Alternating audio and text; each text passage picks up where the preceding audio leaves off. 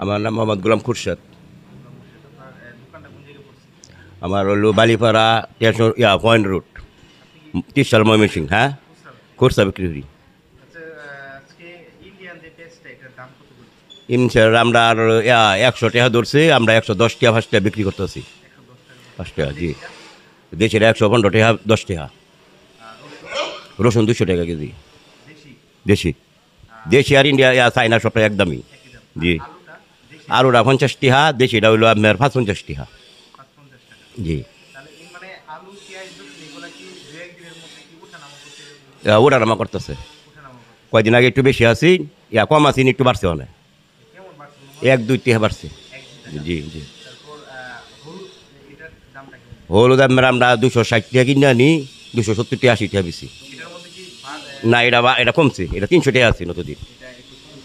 300 টাকা আছে। শুকনা মরিচ 220, 240, 230, মানে মরিচ বুঝা। না, ওইটা খালি কমতি আছে, ওইটা 500 টাকা আছে, নহলে মেলাটা কমে গেছে। আদা আপনার 220 টাকা, 240 টাকা। কমছে কমছে, আগে আছে এটা আপনার 300 টাকা কেজি, এখন কিছুটা কমছে, 50-60 টাকা কেজিতে কমছে। কিছুটা কমতেছে, কিছুটা কমতেছে। হ্যাঁ।